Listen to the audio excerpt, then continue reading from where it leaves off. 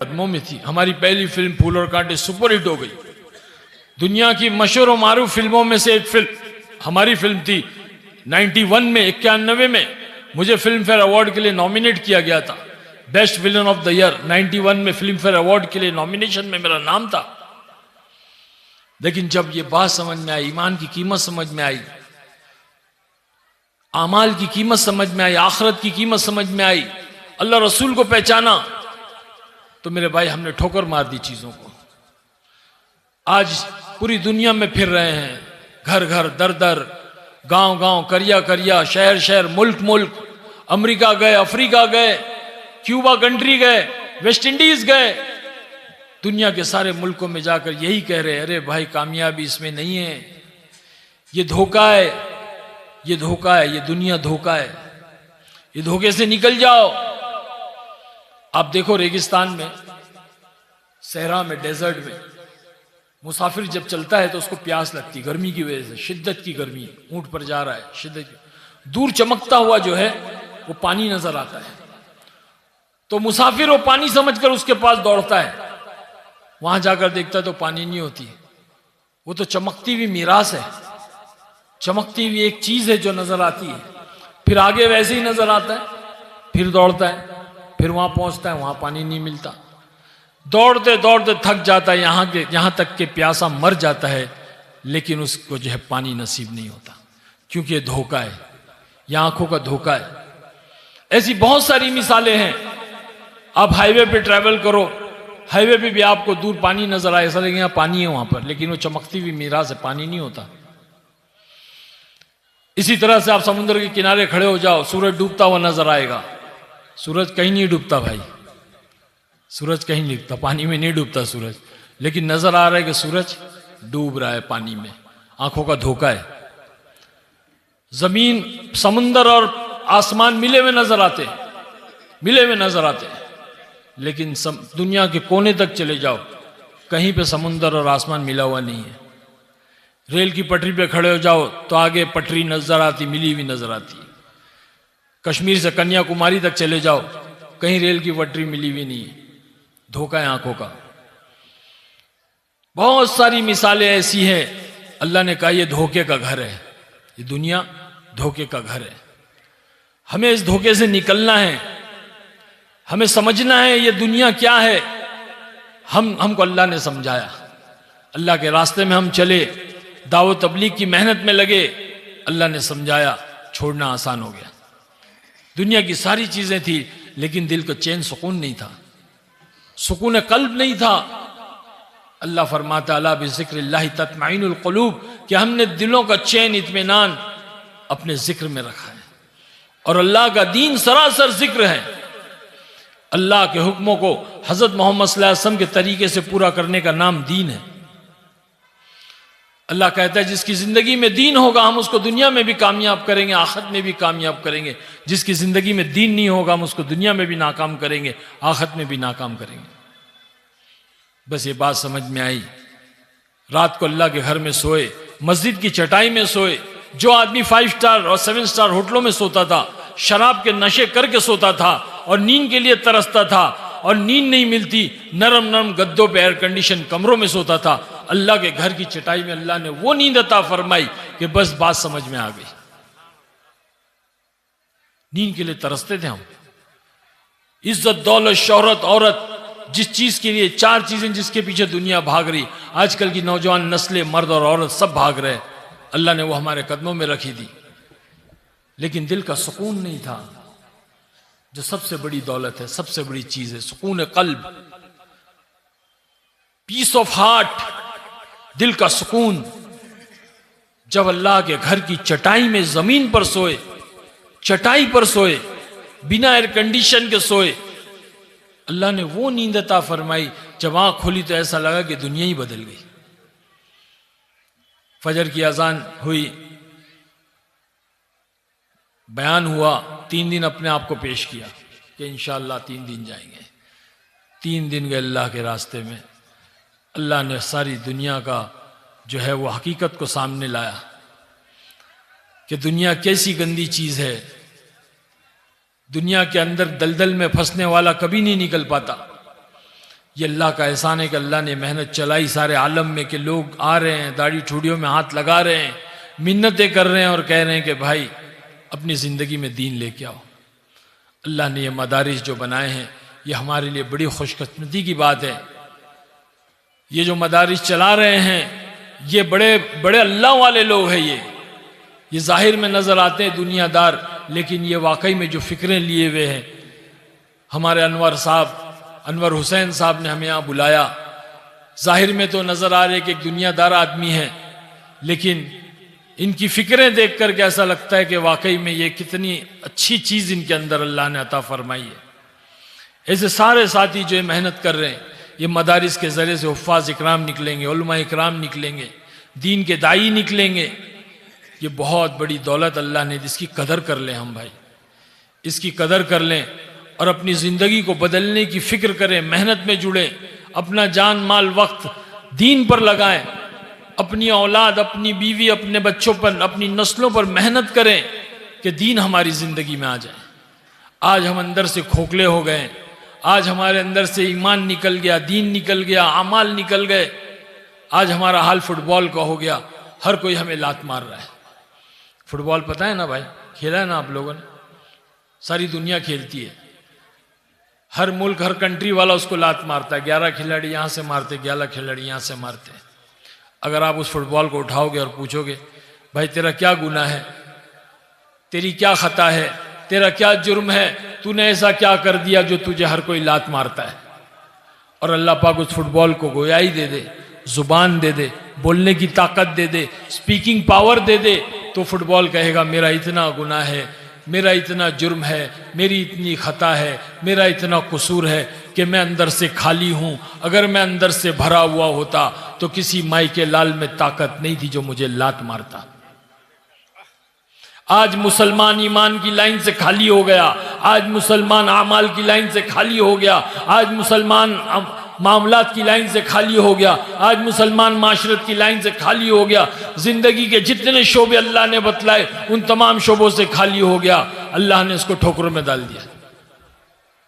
हाँ, अरे अल्लाह ने तो उसका मकाम क्या रखा था, अपना खलीफा बना करके भेजा अल्लाह ने।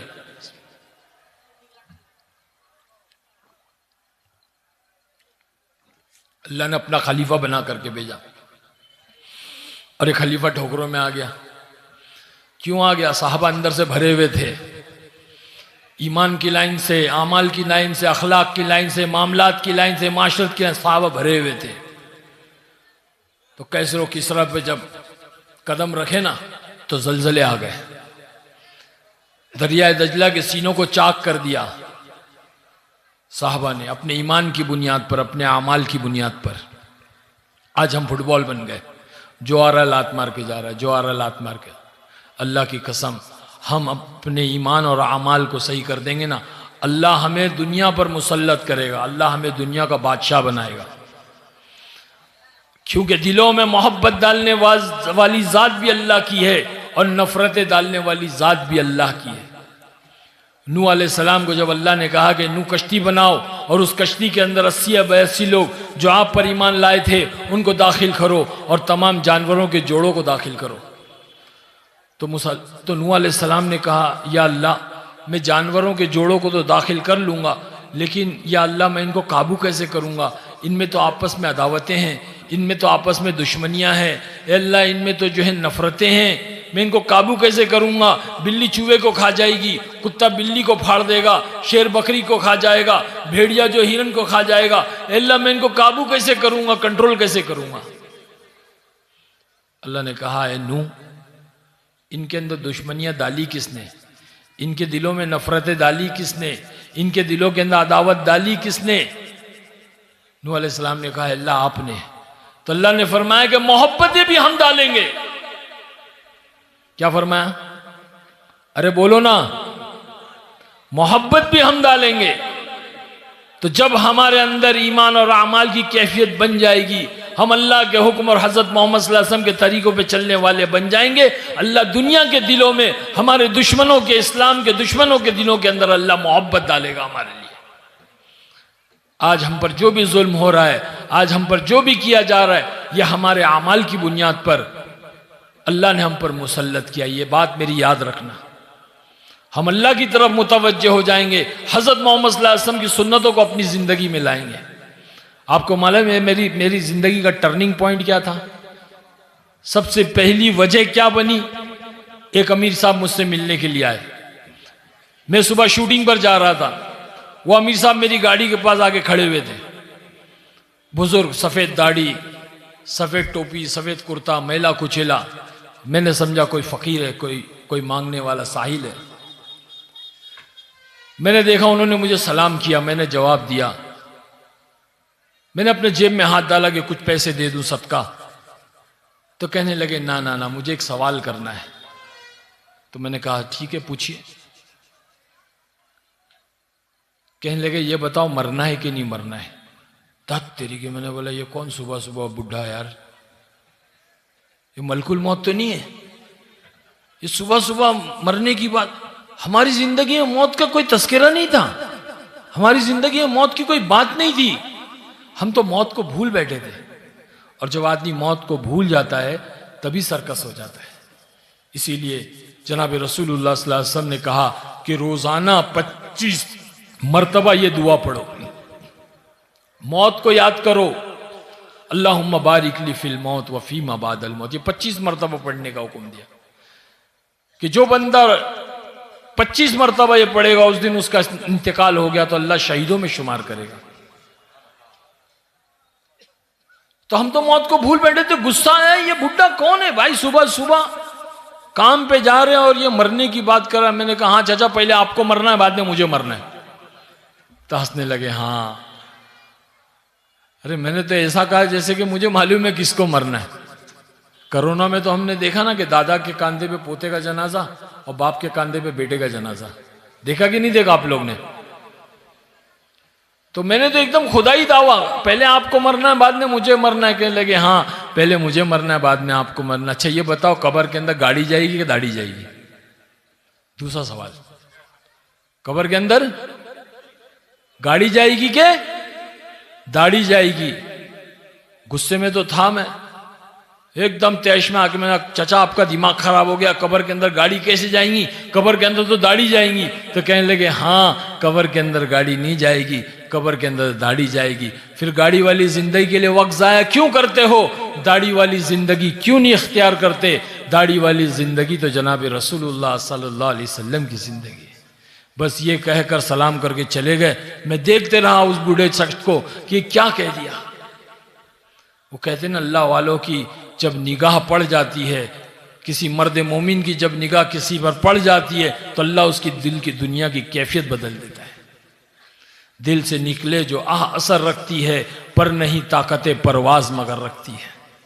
गफलत का मेरी आंख से पर्दा हटा दिया, गफलत का मेरी आंख से पर्दा हटा दिया। ठोकर ने मुझे 2 कदम आगे बढ़ा दिया और खुश हो रही थी जिसको बुझाकर वो आंधियां, अल्लाह ने उसी चिराग को फिर से जला दिया। बोलो नारे तकबीर। बस ये मेरी जिंदगी का टर्निंग पॉइंट था कि जब उनकी बात दिल पे लगी, मैं सोच में पड़ गया, ये हज़रत मोहम्मद सल्लल्लाहु अलैहि वसल्लम वाली ज़िंदगी, ये दाढ़ी वाली ज़िंदगी कौन सी ज़िंदगी है? बस उसकी तहकीक में जब लगा तो अल्लाह ने यहाँ तक पहुँचा दिया। ज़िंदगी के 30 साल गुजर गए, पता भी नहीं चला। अब इंतज़ार है कि कब ये दाढ़ी कब्र के अंदर जाएगी। तो मेरी ये गुजारिश है आप लोगों से कि आप भी ज़िंदगी को इख्तियार करें, दुनिया की चीज़ों में ना पड़ें। हाँ, ये नहीं क्या मजदूर बनना नहीं है, सन्यास नहीं लेना है, जो है राहिब नहीं बनना है, हमें तो जो है अल्लाह के दीन का दाई बनना है। मेरी जिंदगी का मकसद तेरे दीन की सरफराजी, मैं इसीलिए मुसलमान, मैं इसीलिए नमाजी। इसीलिए हम अपनी ज़िंदगी में दीन को लाएंगे, ऐसे मदारिस को ताउन करेंगे, इनकी जो हिमायत करेंगे, इनके लिए जो हो सके हम जो हम आगे बढ़कर जो हिस्सा लेंगे सब इंशाअल्लाह। तो इंशाअल्लाह ताला मदारिस के लिए आप लोगों से जो कुछ बनता है आप लोग ज़रूर ताउन करें। मेरी ये गुजारिश है, रिक्वेस्ट है आप लोगों से। और नियतें करें कि अल्लाह के रास्ते में वक्त लगाएंगे भाई इंशाअल्लाह। अल्लाह कबूल फरमाए। जमातें आती हैं ना, यहाँ पे आती ही नहीं आती जमातें? ज़रूर जाओ जमातों के साथ में भाई, 3-3 दिन जाओ, हाँ, अल्लाह ज़्यादा की भी तौफीक देगा। अल्लाह कबूल फरमाए। और कुछ कहना है भाई? हाँ, बस थक गया मैं। दुआ कब करेंगे? हाँ, पब्लिक तो तुम्हारी चली गई आधी पब्लिक, तो कैसे अभी देंगे लोग पैसा या?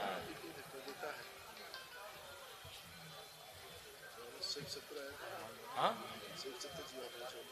बैठ जाओ, बैठ जाओ, दुआ हो जाएगी, बैठ जाओ, दुआ हो जाएगी।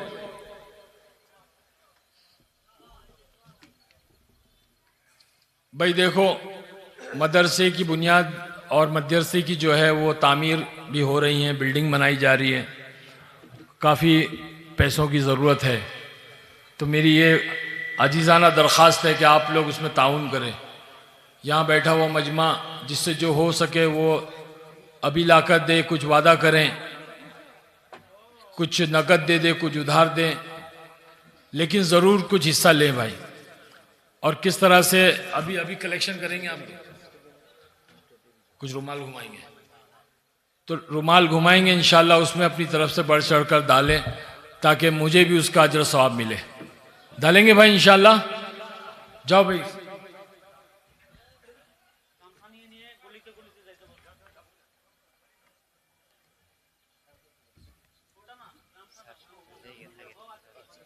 मजमा तो चला गया था। हाँ? वहाँ रुकेगा, अल्लाह, मुझे भी निकलने में 6 घंटे लगेंगे एयरपोर्ट जाने।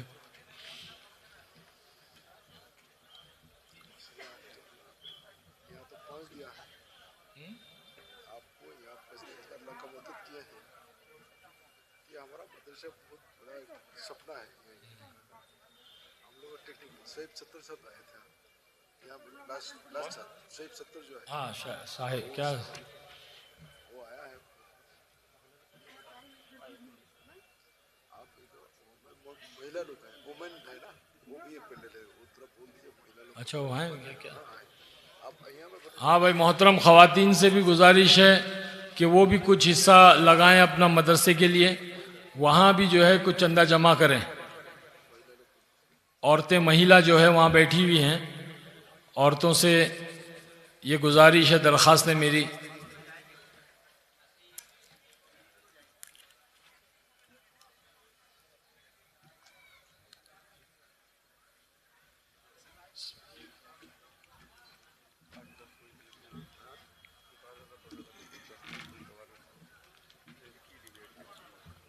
कहाँ जमा कर रहे हो? वहाँ से कर रहे हैं?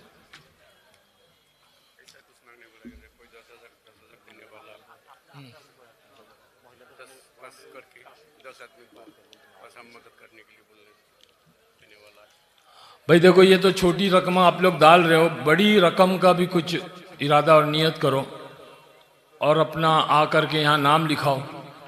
बड़ी रकम, कोई 10,000, 20,000, 50,000, या कोई सीमेंट वगैरह दें, रेत दे दें, सैंड दें। तामीर के लिए बहुत चीज़ों की ज़रूरत लगती है। तो आएँ खुल करके यहाँ नाम लिखाएं, नाम लिख लेंगे, उसके बाद में आप लोग रकम पहुँचाएं या ऑनलाइन कर दें। बताएं भाई।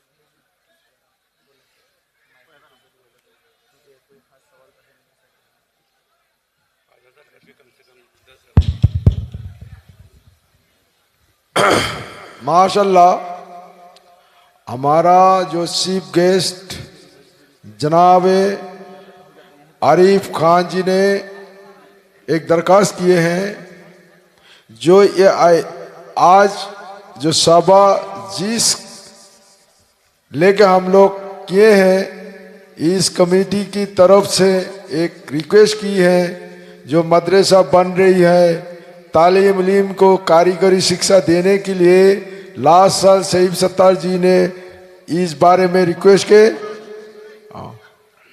तो जहाँ में है हम लोग बहुत महिला लोग हैं, माँ बहन भी आए थे, है अभी भी। मैं रिक्वेस्ट करता हूँ जो वो लोग थोड़ा কালেকশন दे दे।